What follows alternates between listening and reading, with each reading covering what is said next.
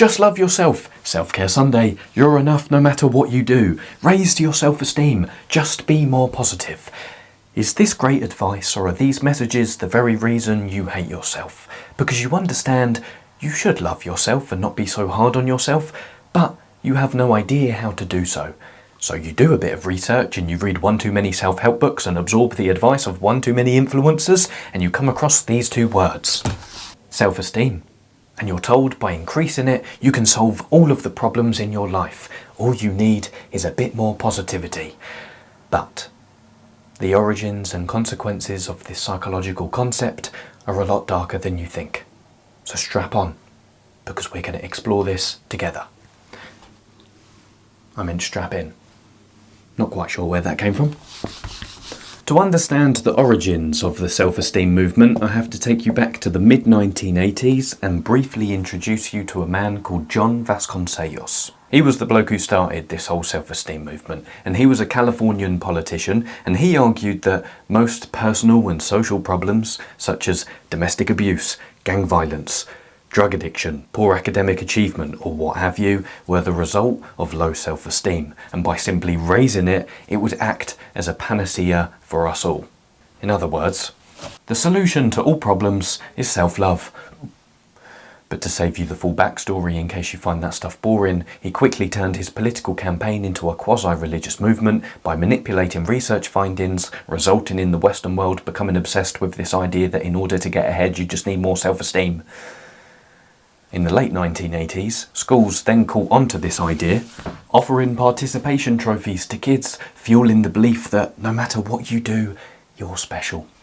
By 1986, 86% of Californian schools had implemented self-esteem programs to help children. Unfortunately, however, in trying to create a culture in which everyone is special, this movement has managed to create a culture in which no one is special, but everyone believes they are.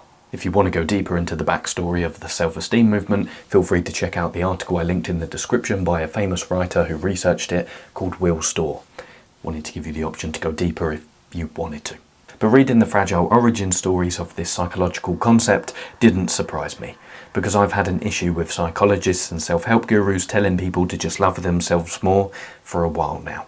But moving on, let's now cover the issues with self-esteem. First of all, let's begin with this idea of why everyone gets a trophy no matter what is an absolutely terrible idea. Well, think about it this way. Burning your hand on a hot stove is a good way to tell yourself where you stand. Because here's the thing you need to understand about self-esteem, which we're going to define and get into ways you can boost your self-esteem after, but for now let's stick to the issues.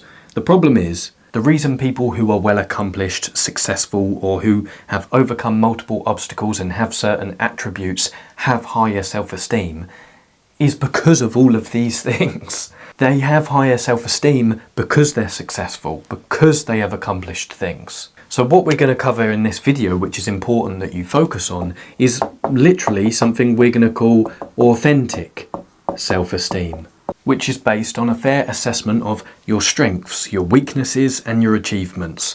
Because the main critique I have of self-esteem is, okay, the modern self-esteem movement tells me that no matter what I do, I should feel good about myself. But what if I'm a bully? What if I'm a narcissistic bellend who cares nothing about other people and just treats people like crap? What if I'm a young kid and I go to school each day and I beat people up?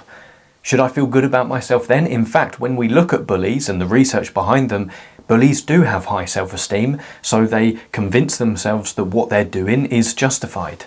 I've made videos in the past trying to tell an audience which is predominantly men to love themselves more. And for me, when I absorb those messages, it doesn't work. When I tell other people to listen to those messages, it also doesn't work. But to go one step further in why telling people to love themselves doesn't work, you have to understand what happens when you go on social media. Because considering just how much social media affects our lives and how much a part of our lives it is, it would be pointless not to mention it in this context. So you're a young woman and you go onto social media, but what are you bombarded with? You're bombarded with images and videos of other women who are incredibly attractive. They're like models. They have the perfect skin. They have the perfect pose in each photo and video to show off their voluptuous body and attractive physique.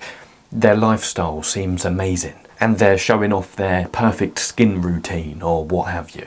And what all of this does, seeing another very attractive young woman who is cherry picking moments from her life to show to you, so you think about her in a certain way, what this does is it slowly chips away at your confidence and self-esteem. Because whether you realise it or not, each time you see these posts, you are subconsciously comparing yourself to these people. It's a very rare person who can go onto social media, see the lives of other people and feel inspired. You're likely not going to feel inspired. You're likely going to feel wretched and self-hatred because you're going to compare what you don't have to what this person has, be it a physique, an appearance, or a certain lifestyle. But this is where things get extremely tricky, because what messages do these influencers and self-help gurus send out? In order to get ahead in life or to build the life you want, you just need to love yourself and improve your confidence and your self-esteem. So what does that do?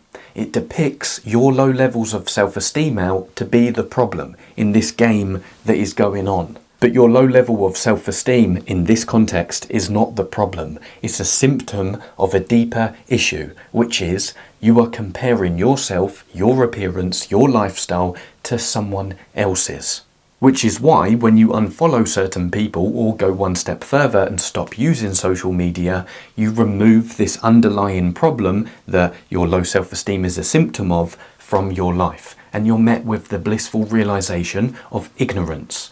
You become ignorant to what other people are doing. But before I offer a solution, let's turn to what us young men face whenever we go onto these social media platforms. We're bombarded with images and videos of hyped up, jacked, hyper-masculine men who are surrounded by women. They've got the money, they've got the lifestyle, they've got the cars. And one of the messages that they program us with is, in order to get ahead, in order to get what I have, you just need to be confident in yourself and think highly of yourself. But the problem in particular for us young men is, one, we do compare ourselves to these influencers and whoever they are, but these messages also propel us into this spiral of mimetic desire. Mimetic desire is where you want what other people have just because they want it. Social media is just a platform for other people to tell you what to want. So we see these people and we think, oh, he's a well-accomplished man. I want what he has. I want the lifestyle, the money, the girls, the physique. And in order to do that, apparently, I just need to have confidence in myself. But again, the problem isn't your self-esteem, because just by raising it, that's not going to be a solution to all of your problems. The problem is you're comparing your level 10 to someone's level 100 financially, lifestyle-wise, appearance-wise, physique-wise. And you know exactly where this leads. Those same people who are telling you to raise your self-esteem and your confidence levels and to just believe in yourself and love yourself are the same people who sell you products on how to do so. But the solution I'm going to offer, because I would love to stand here and say, just get off social media. Of course you can unfollow people, that's something that you can do, but because you're unlikely to stop using social media, the solution I'm going to offer is you need to understand the game you're playing whenever you log on to these social media apps. Which is, these influencers create the problem and sell you on the solution, but they don't even realise they've created the problem because you're complicit in the creation of the problem as well. Which is, of course, you go onto social media and you compare yourself to these people. That lowers your levels of self-esteem. You then think, oh, I don't have high self-esteem, that's a bad thing because this person is telling me that I should have high levels of self-esteem. Let me listen to what they have to say so I can improve my levels of self-esteem without realising that my low levels of self-esteem are a direct consequence of me comparing myself to them. And if I just stopped, then my self-esteem levels would balance out.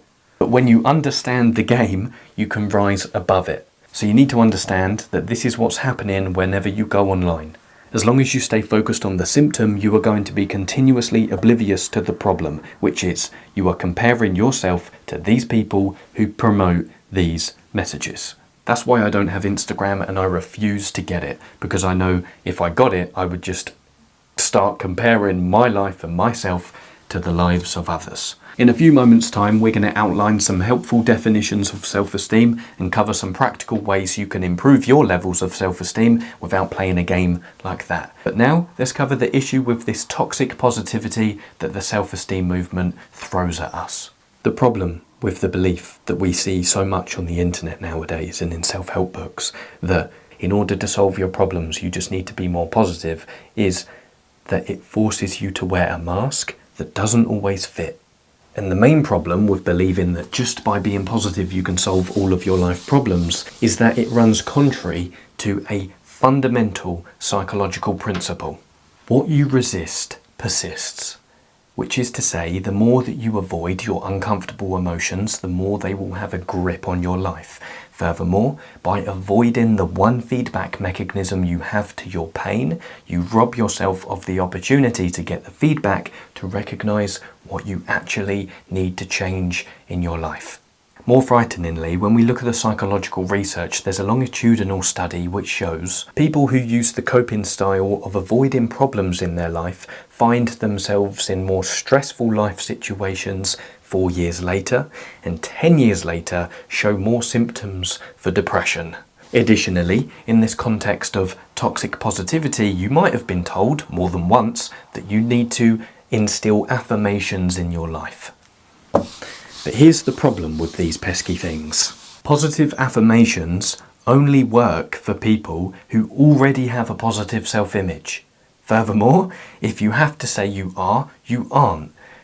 A truly happy person doesn't need to remind themselves they're happy. If you genuinely think you're beautiful, you don't have to remind yourself about it every 10 seconds. And for the person who doesn't have a positive self-image, saying the affirmation to themselves such as, "I love everything about myself," is so obviously a lie that it causes two harms. One, it reminds you of all of the things you don't love about yourself, and two, it now makes you feel like a liar. Lucas Dixon, who wrote a brilliant article that I'll link in the research notes for this video, he's researched into toxic positivity and self-help gurus and all of that, and he says there's 3 things that we need to do in order to combat toxic positivity. He says there's a balance that we need to achieve.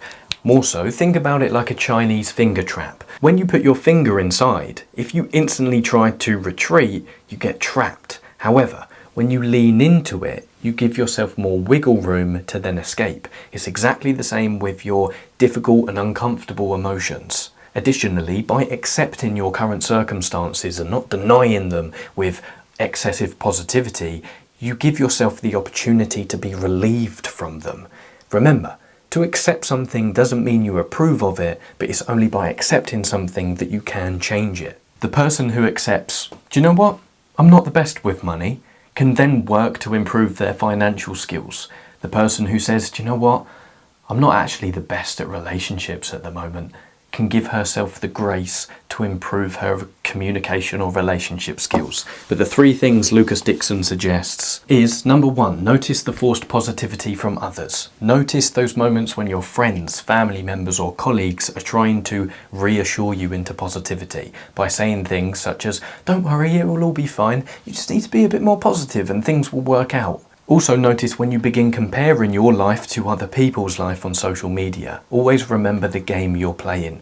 That is, these people whose posts you're seeing are cherry-picked moments from their life to make you think a certain way about them. Nothing is real on social media. Number 2, realise that anyone who demonizes negativity, instant red flag. Because anyone who does this uses their demonization of negativity as a way to avoid critique. And more particular, of course, we speak a lot about communication and relationships on this channel, but when you remove negativity from someone's life and the opportunity to feel negativity, you stifle their self-expression and your own if you're doing it to yourself. And number 3, lastly, recognise that positivity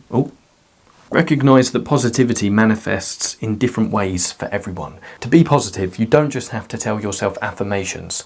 Cultivating positivity for you could be listening to music, going for a walk, talking to a friend, going to an improv class, dancing, doing jiu-jitsu. Whatever it is, cultivate more of those experiences. And remember, it's okay to be okay, and it's okay to not be okay. A little anecdote from me, my mum, as much as I love her, when I was growing up, wasn't very receptive to any feelings less than positivity. Not that she was a positivity junkie, but if I was ever in a bad mood as a teenager, it would always be met with the response of, "Oh, what's up with you? Cheered up yet?" And I felt like I was demonized to feel anything less than positive. I love my mum and I'm not traumatized by it or anything, but that is one of the reasons I feel so passionately about giving yourself the permission to feel anything that's different from positivity. Okay, now let's get into the juicy stuff. How self-esteem works and how you can positively raise your authentic self-esteem. It's a new dawn, it's a new day. I've trimmed my moustache. Self-esteem is an attitude towards yourself. Specifically, it's the belief that you have value. As you can see, little Jimmy here is looking at himself from yesterday with the conclusion, I know I can do better. More specifically though, self-esteem is comprised of two things. Capability and worthiness. When we say capability, what we mean is self-efficacy, which is your trust in your mind and your judgment. The worthiness aspect is what we alluded to a few seconds ago, that self-respect and that belief that you have value to offer. Now, I want you guys to understand that while researching for this video, I was very pessimistic towards self-esteem and everything that I was reading, which means that this stuff that has stood the test of my pessimism, which we're going to cover right now, is valuable, and I wouldn't share it with you guys if I didn't think it was valuable. Because despite my inherent ambivalence and critique of self-esteem and this whole movement, you can't avoid having an opinion about yourself. You just can't. That's what I've realised. But you can change your opinion about yourself. And when you have a positive opinion about yourself through authentic self-esteem, you make choices that promote your well-being and you improve your bounce-back rate in life, otherwise known as your resilience. So I want to change your understanding of self-esteem a little bit. And I want to say that self-esteem largely involves hope.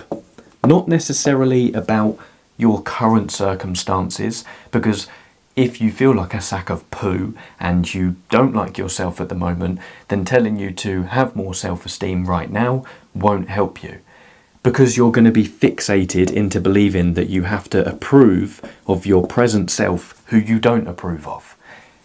The hope aspect is more so oriented towards the future, the value you could bring if you get your ass in line. So through this lens, self-esteem becomes a growth mindset that despite your current circumstances, you can improve them. And it's that attempt to improve your current circumstances and your opinion about yourself that gives you that positive feedback which raises your self-esteem. Because we see the opposite all of the time in the people who don't have self-esteem, right? Which is obviously known as a fixed mindset, popularised by the brilliant researcher Carol Dweck. We hear people say, I'm not good enough, I'm not smart enough to become a teacher, I'm not creative enough to be an artist or quit my job and go all in on this thing. So again, telling people to just believe in themselves doesn't work, in the same way that telling a depressed person to be happy also doesn't work. But it is important to have self-confidence, otherwise you will likely undermine a lot of what you do. So what I'm suggesting is you get in alignment with that inherent positive guiding force within you that calls you to your highest potential. There's more to you than you think and all of that. But to put it in plainer terms, becoming is better than being, as Carol Dweck says. But before we get into the main causes of self-esteem, let's have a look at the main negative effects of having low self-esteem. Mainly when we look at people with low self-esteem, we see that underlying their behaviour is shame and the feeling that they don't deserve any success that they achieve. Now, this feeling of shame might cause this type of person to seek validation from other people in order to fill up this internal lack that they have inside. They might fall prey to certain addictions, which some of them are celebrated in our culture, such as work. Pouring yourself into your work is largely heralded by other people as a big accomplishment, whereas you can use it individually to escape the negative thoughts and perceptions you have about yourself. Same with alcohol. I'm English and in my culture it's almost again, celebrated to go out every weekend and get drunk. People with low self-esteem might try to numb their emotions, obviously the shame, and they might undermine their efforts by not putting themselves out there in the world and hiding themselves for fear of exposure. Okay, that's all well and good knowing that, but now let's get into the factors that cause your self-esteem. Now, with researching for this video, I found there are mainly 3 things that influence your self-esteem levels. First up is genetics. A lot of psychologists disagree and agree with this, but confidence is seen as a trait, and scientists argue around 25 to 50% of your confidence levels comes from your genetics. Interesting one, that. The second factor that influences your self-esteem levels is your past actions. We covered this a few minutes ago in the context of people with high self-esteem tend to have high self-esteem because of their previous accomplishments and success.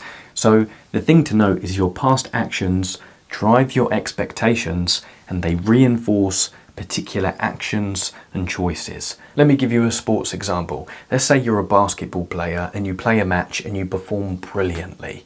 That will likely improve your confidence levels, but won't affect your self-esteem levels too much. However, if you continue to play well over the succeeding 5 to 10 games, then that will likely raise your self-esteem because you have proven to yourself your accomplishments over a sequence of events, otherwise known as on the pattern of your past actions. Why do I make things complicated?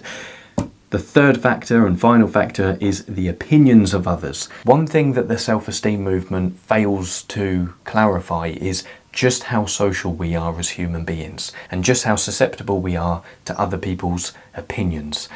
Now, your self-esteem levels are largely a result of the perception of the value you can offer within your community. And by community, I mean the community of your local area, your work community, any social group you are involved in. But when we go into how past experiences in your childhood impact your self-esteem, what we see is, of course, the importance of your relationship with your parents. For example, people who experienced neglect when they were younger tend to have lower self-esteem levels because the unconscious belief they're programmed with is, I'm undeserving of love and my needs aren't worthy of being listened to. On the flip side of that, people who grew up in high-pressure households where they had to overachieve academically, sports-wise, and just be perfect across the board, experience self-esteem based on what they achieve. And of course, that will decrease when they stop achieving things. Any deviations from perfection results in lower self-esteem because they think that if I'm not perfect, then I'm going to lose love. And the last thing in this context of other people is cultural stereotypes. I was searching for something the other day, I just remembered it. I was in the garage outside and I was looking for my bike lock, I think, but I couldn't find it. So 20 seconds in, the voice that came up in my head was, oh, I'm a man, you know, I'm pretty bad at looking for things, so I'll just stop. There might be other stereotypes you've heard of. If you're a woman, you might hear the stereotype that women are bad at driving or bad at math. Men, we have the stereotype that we're bad at opening up and talking about our emotions. That might contribute to low self-esteem. But all of this stuff puts your self-esteem on shaky grounds because it externalizes it, which we're going to clarify in a few seconds' time. But the main perception change I would like to propose to you about self-esteem is stop looking at your self-esteem as a given, something set in stone, and start seeing it as an origin. Because your self-esteem levels are largely a result of how people have treated you in the past. So from a childhood programming point of view, and to use the words of Alain de Botton, we no longer need to judge ourselves through the eyes of people who were too unwell to see us properly. Now it's about time we got into the 6 ways you can actually improve your self-esteem. By the way, I did a morning workout followed by a cold shower and I'm fasted. So if at any point throughout the remainder of this video it seems like you're watching the video on 2 times the playback speed, I apologise. And if at any point my drawings become vaguely psychedelic, it's because I've entered a state of hallucination. And at which point you should definitely call the ambulance. Right. Before I tell you the 6 ways, I was talking to my mum the other day because I said, Mum, I'm making a big video about self-esteem. I'm trying to get to the bottom of it. What do you think about self-esteem and telling people to love themselves? And shouts out to Mum. She said, It's impossible to love yourself. So the key is to be comfortable with yourself. And I thought, I like that. In more detail though, as we always find out in these videos together, there's a bloke who's written a book that is pretty good and we're going to summarise it now. His name is Nathaniel Branden and he's a psychotherapist.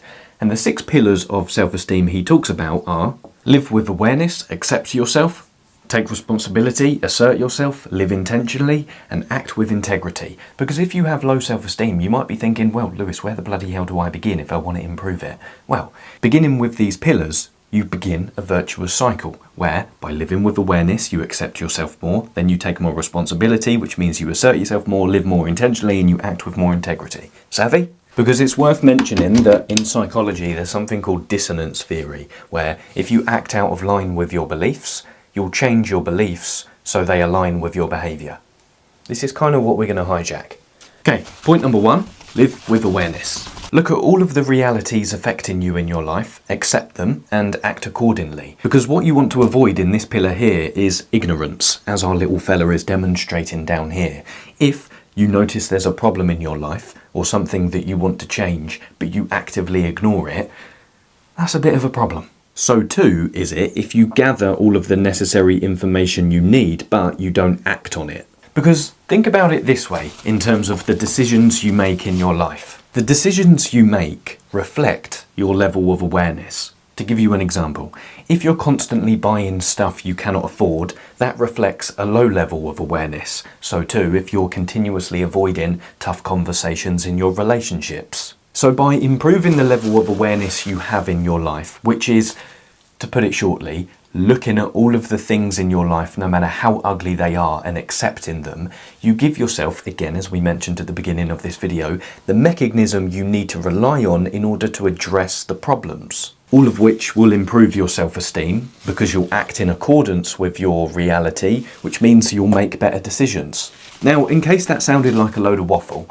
here's what you can actually do to improve this. Allow yourself to feel your negative emotions, because the main reason why you don't is because when you feel your negative emotions, you likely blame yourself for their existence. For example, if you end a relationship and you feel an overwhelming surge of grief, that will probably make you blame yourself for not being attentive enough in the relationship. Or if you start to pay attention to your back pain, hopefully you're not that old enough to have back pain, but if you start to pay attention to your back pain, then you probably blame yourself for sitting down too much. But tap into your negative emotions through the lens of compassion.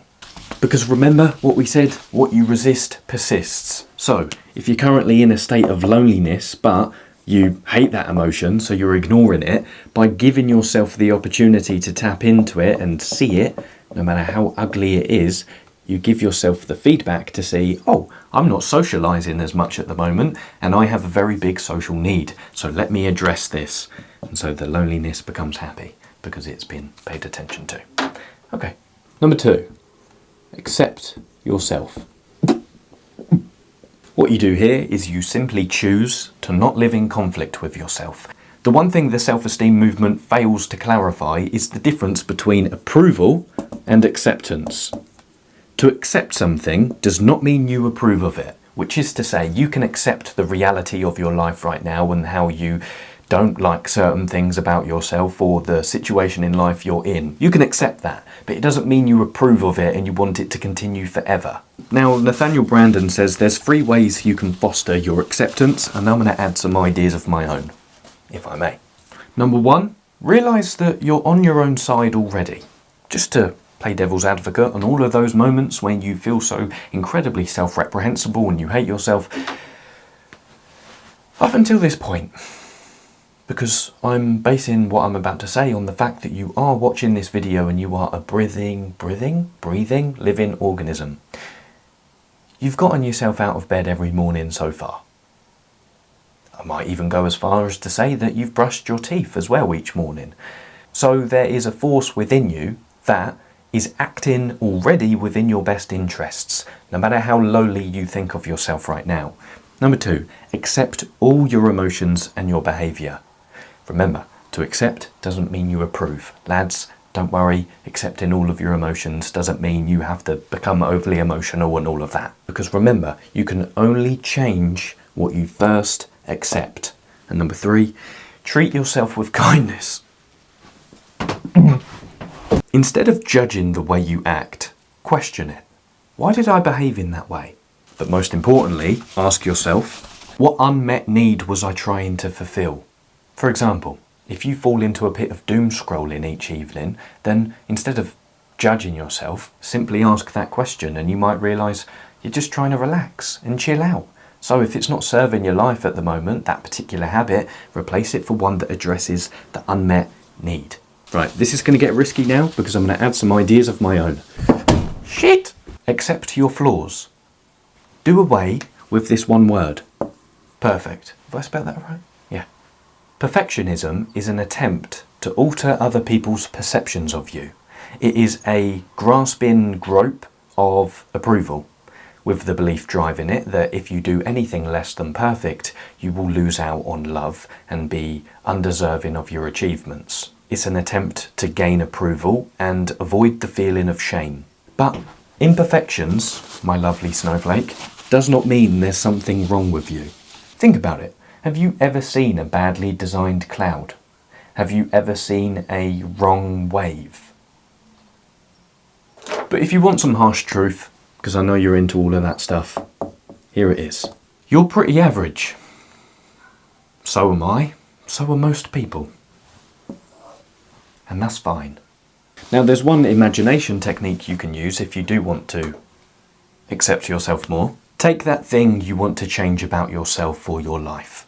Maybe that you've been conditioned to believe you need to change by some twat on social media. Now imagine a potent gas is released into the environment which makes it impossible for you to change that thing. So now that you know you'll never be able to change it, consider, how would you now live your life differently? Would you do anything differently? Would you continue to hate yourself for not having this thing or not changing it?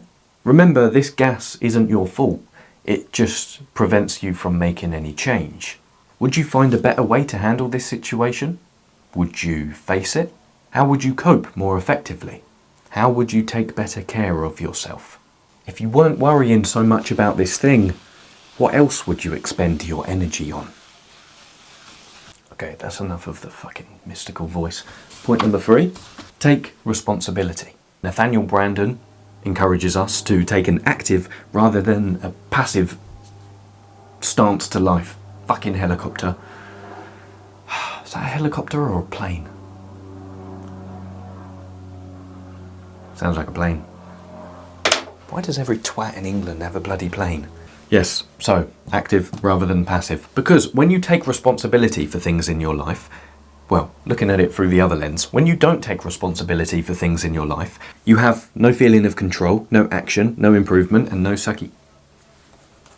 No feeling of control. If you don't take responsibility for your life, you will diminish your ability to feel capable and worthy to rise to the challenge. Furthermore, if you don't realise your self-esteem levels are your responsibility, you won't take action to improve them. And you'll make statements such as this. If only it's their fault that... If you're using those statements, you're not taking responsibility. And finally, not taking responsibility results in no improvement because you'll be waiting around forever believing that one day someone will come and save you. But of course, you already know this. No one's coming to save you. That's the harsh truth of life. And even still, if someone does come to save you, then you'll become incredibly dependent on them. Which isn't good. Your self-esteem is your responsibility, even though a few minutes ago we did cover some potential childhood reasons as to why your self-esteem is a bit low, but that's other people's fault. It's your responsibility. Number 4, assert yourself. Love this because it's hitting on the topic of communication. Don't know why I looked over there, there's no one there. What we learn about people who are assertive is they are assertive because they like themselves. Think about it. If you didn't like yourself, you wouldn't stick up for yourself and assert your needs, wants, and opinions in your relationships. Asserting yourself gives you that feeling of capability and worthiness. But most importantly, utilising the work of Carl Rogers, you want to create the feeling of congruence in your relationships and all of your interactions, which is a direct harmony between what you're feeling inside and what you voice. Now, that doesn't mean you have to act with radical honesty all of the time, but you can openly communicate your wants, needs and opinions to others by noticing what you think and feel inwardly and then trying to communicate that as accurately as possible. Now, of course, I've done videos about this in the past and I've got a big video coming up about how to do this in particular. Check out this video on how to assert yourself. That will teach you everything you need to know. But incongruence, of course, is you feel something within, but then you communicate the exact opposite. Get used to telling people what you need and what you want and how you feel. And furthermore, and this is going to be very easy for me to say, but stop seeking validation from other people so much. That's another way you can assert yourself, because the more you enter the social domain through the lens of wanting other people's approval in order to fill up the internal lack and emptiness you feel inside, sorry, that's a bit harsh, but that's usually how it goes down, the more you're going to alter your behaviour into the realm of incongruence, where you're just acting, tiptoeing around, being a creepy, crawly person to not upset others. And the last thing to know about validation is if you rely on people to make you happy, guess what? They can also make you sad. Obviously when they stop validating you. So, the way to do this is don't aim for appreciation from others, aim for the usefulness you can offer them. Aim to help other people for the sake of helping them, because the more you rely on your efforts going appreciated, the more, again, you're going to tailor what you do in order to get that appreciation. Now, of course, there's a big aspect here of, one, I can hear your voice screaming behind the camera. Lewis, a few minutes ago, you said how social we are and how we can't not rely on the validation from other people. So, yes, okay, the whole point is to get the validation you want from others down to a minimum, or, most importantly, understand that you have a chimp inside your brain, a very old region of your brain that wants to belong to a troop. You cannot not fully care about what people think about you. So the trick is to choose the select people whose opinions you care about. Not every Tom, Dick and Harry on social media. Telling you that from experience. And that might be one person for you, that might be 2 or 3 select individuals who you think, okay, I really value this person's opinion, this is the person whose validation I will listen to and use as feedback. But to go one step further, and you creative individuals will love this, a great way to assert yourself and be yourself is to engage in creative things. Because Krishnamurti, who was a Indian philosopher back in like the 1970s-ish, fascinating man, very wise. He had this idea of something called anonymous creativity, whereby he said, if you do something and you want validation for it, that shows you don't love what you're doing. True creativity doesn't care about being noticed. So when you engage in a creative act, whatever it is for you, it could be dancing, it could be making music, it could be drawing, whatever it is, it could be writing.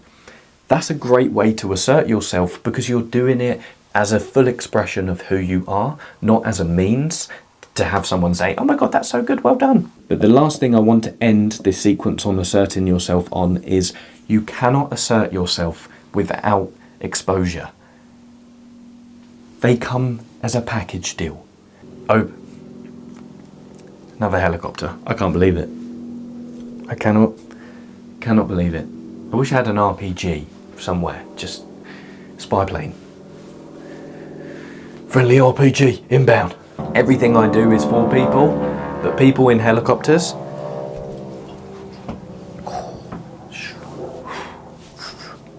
the rocket, the RPGs faced backwards.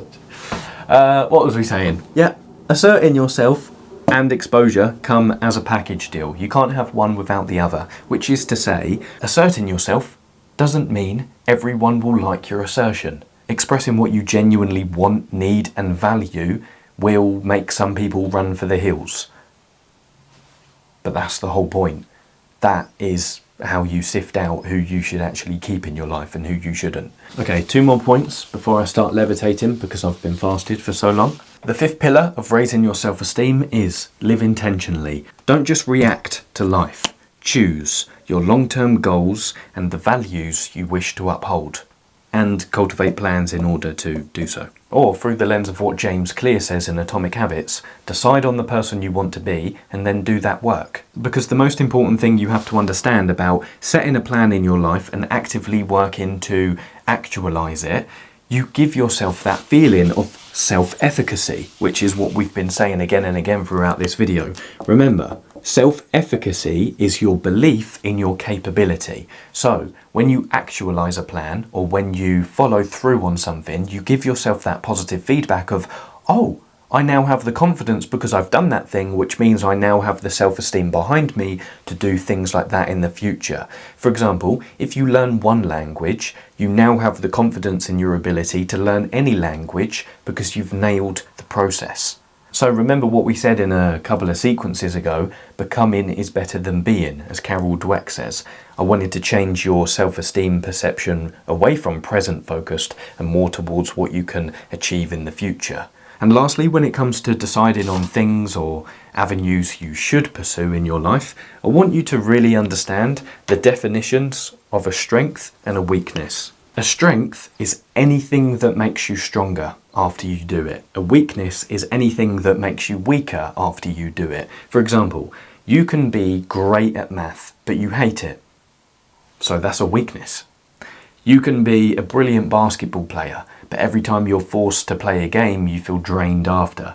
That's a weakness because it makes you weaker. However, you can be great at speaking to people and you love when you do it, so that is a strength.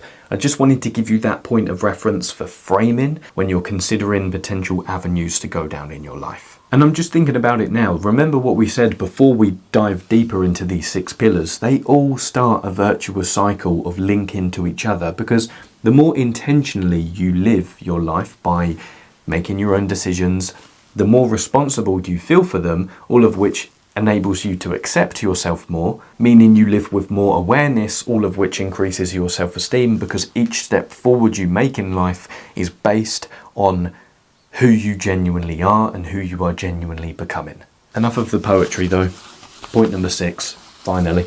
Act with integrity. Here we are primarily talking about your values, because there is no easier way to ruin your life than by not living with integrity. And by integrity, what we specifically mean is what you say is what you do. So examine the current beliefs you have in particular domains in your life and question why you have them. Then, whatever sticks and you like, of course, keep those beliefs, but in other areas, change your negative beliefs for more positive ones, but in more particular detail, cultivate values in your life so they can guide all of your future decisions. A lot of people on the internet talk about finding your purpose, and I think it's a very important thing to find, but it's a bit overrated when it comes to values, because values are the steps that glow in a luminescent splendor when you're looking forward as to the path in your life, and they highlight clearly where you need to step next. You can not feel as if you've discovered your life's task or your life's purpose, but still live a purposeful life by acting in line with your values, if that makes sense. But the one thing I learned about values very recently is it's not just enough to know all of your values. You need to rank them in a hierarchy of most important to least important, because this will help you when it comes to making decisions in your life. So if your values are mental health, family, discipline, courage, enthusiasm, but all of these have the same level of importance as the next, if you're faced with a decision in which 2 values conflict,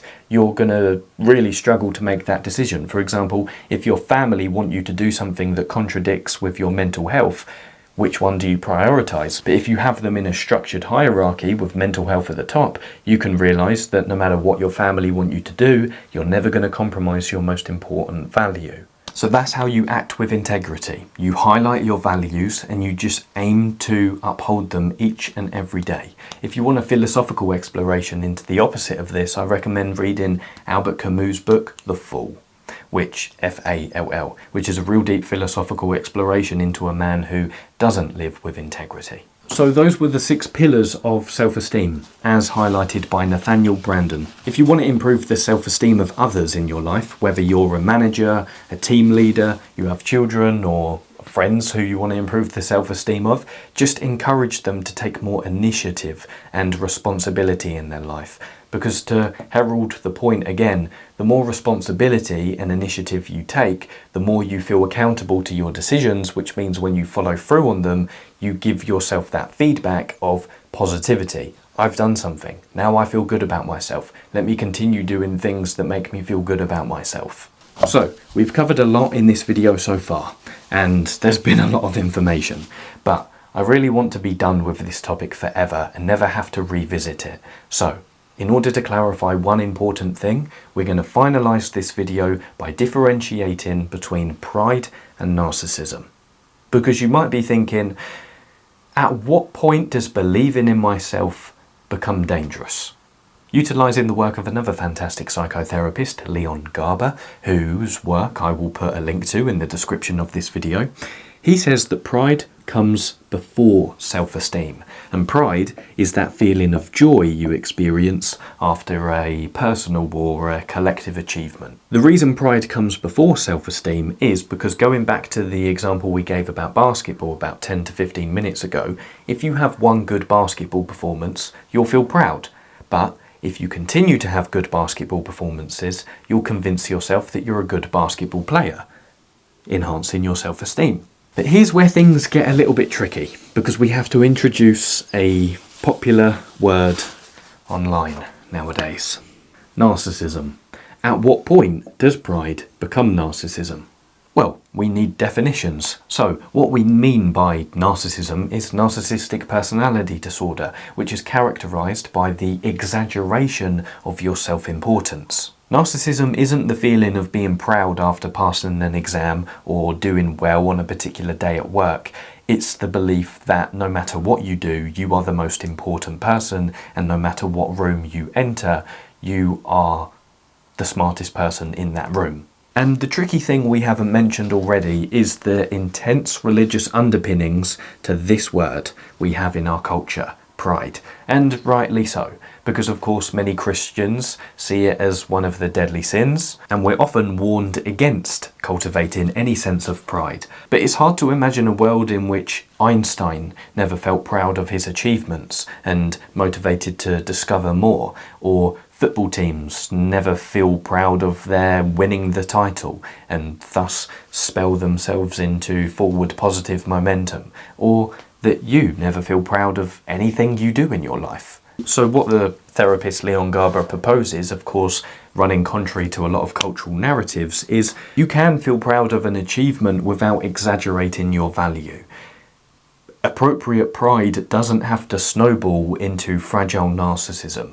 So what we're talking about here is a healthy assessment of your strengths and your weaknesses without discounting one or the other. For example, if you're a salesman, you can recognise you're not the best at cold calls while still cultivating a sense of pride in your ability to help people face to face. To get technical, what we're differentiating between is authentic pride and hubristic pride, this one being the one that's most demonised. Authentic pride is a recognition of the specific effort you've put in to achieve something. Hubristic pride is your grandiose self-assessment, thinking, oh, I'm the greatest of all just because I've done this thing. So when people argue against pride, they're not differentiating between the different types of pride. They're mainly arguing against this thing, because as Leon Garber says, people tend to imagine a life with too much pride, but fail to consider a life without it. And one of the main messages we hear in argument against pride is at odds with future accomplishments. The standard view is if you allow yourself to feel pride, you'll get complacent and lazy. But just think about people with depression. When you're depressed, you experience intense self-doubt. So when you allow yourself to feel a little bit of authentic pride, you create a spiral ladder of success. For example, you get yourself out of bed, you brush your teeth and have a shower. That gives you the feeling of wanting to do a workout. That makes you feel proud of yourself to then treat yourself with a nutritious meal. I'm saying this with the full understanding of the religious underpinning against the argument of pride. But when I analyse my own life, even when I consciously understand pride is a deadly sin and we should guard against it, I still naturally feel proud of myself for things.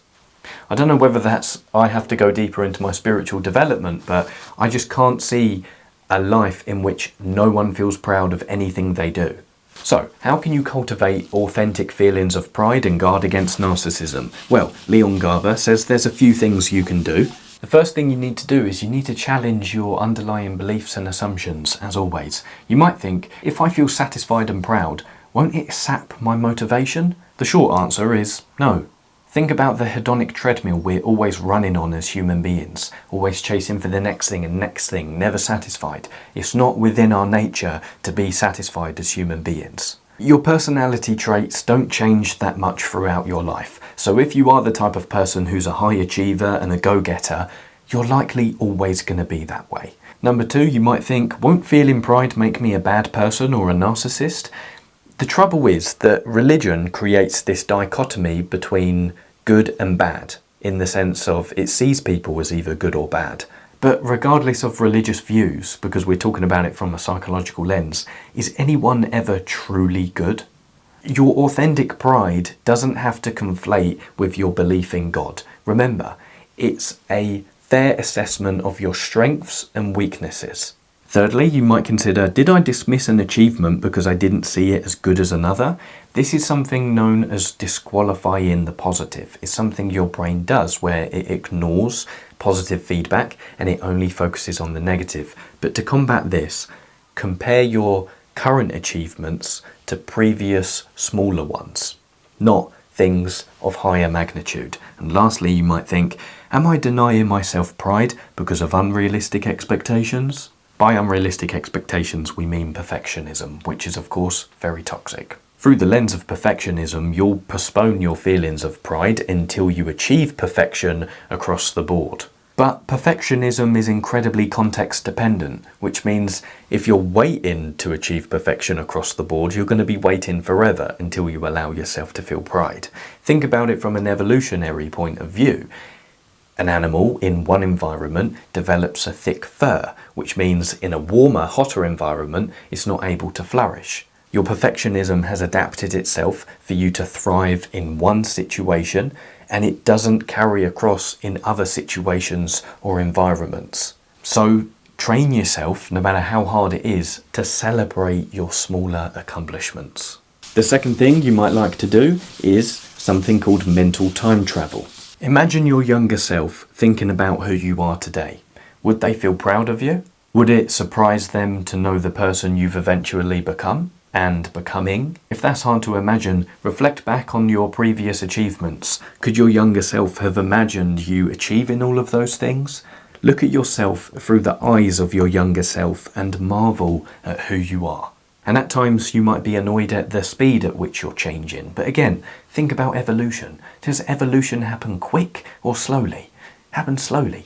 Silly. And upon this point, we might as well add it in here. Don't compare apples to oranges, otherwise known as. Take a realistic look at your role models. Look at the people you admire and really consider how long did it take for them to become that person you now admire. Your heroes, no matter how great they are, didn't suddenly morph into their present selves like that. Look at their story through the lens of the obstacles they faced and the progression they had to go through. And if you hear the sound of hooves, assume it's a horse, not a zebra, which is to say, when someone has achieved something great, assume it is because of an immense struggle and hard work, not just because of some innate talent. There's 3 more things, but we'll speed them off. View your life holistically. Don't postpone your feeling of being proud of yourself until future success comes. Consider, what do you like about your life and yourself now? 2. Create pride timeframes. If you are a bit ambivalent as to whether pride is just going to make you be very lazy and be at odds with future progress, create specific timeframes in which to feel pride. Because it's not black or white, as in you're either prideful and lazy or go-getting and unprideful. There's grey areas. So when you achieve something, you might say, okay, for the next 2 days, I'm going to allow myself to feel that sense of pride. And then get straight back to the next thing when you're done. And based on the effort you put into the achievement, use that as a time frame for how long you'll allow yourself to feel pride. And lastly, keep a record of your failures and achievements.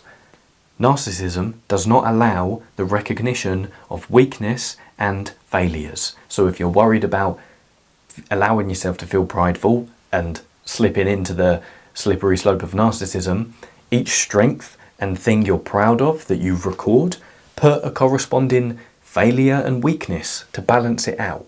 You can even go so far as sharing your list with other people to determine whether you should feel proud of something if you're really unsure. But to avoid the potential unhealthy obsessions that self-love can spark and pride, keep this book, Ego is the Enemy by Ryan Holiday, by your bedside table and read it every day to give yourself that balance. Righty-ho, let's summarise. Again, how does one summarise that? What we spoke about today was mainly authentic self-esteem, which is an attitude towards yourself, mainly comprised of worthiness and capability. I implored you to change your time perception of self-esteem from present to future focused, because becoming is better than being.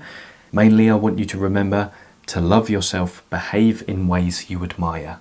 Because remember, people with high self-esteem have high self-esteem because of their previous accomplishments, successes and obstacles they faced, but in more particular detail, the 6 pillars of self-esteem as highlighted by Nathaniel Branden are: live with awareness, accept yourself, take responsibility, assert yourself, live intentionally and act with integrity. And lastly, through the lens of figuring out what has affected your self-esteem levels to this day, you might like to see your self-esteem not as a given, but as an origin. Thank you very much for your time and attention. I really appreciate it. I hope the value exchange was worth it. If you made it this far into the video, I would love to hear that you did so. So go down to the comments and comment an emoji of a dragon and a dolphin, and your favourite emoji as the 3rd one, so I can like it. Stay disciplined, playful and dangerous. Adios muchachos y muchachas.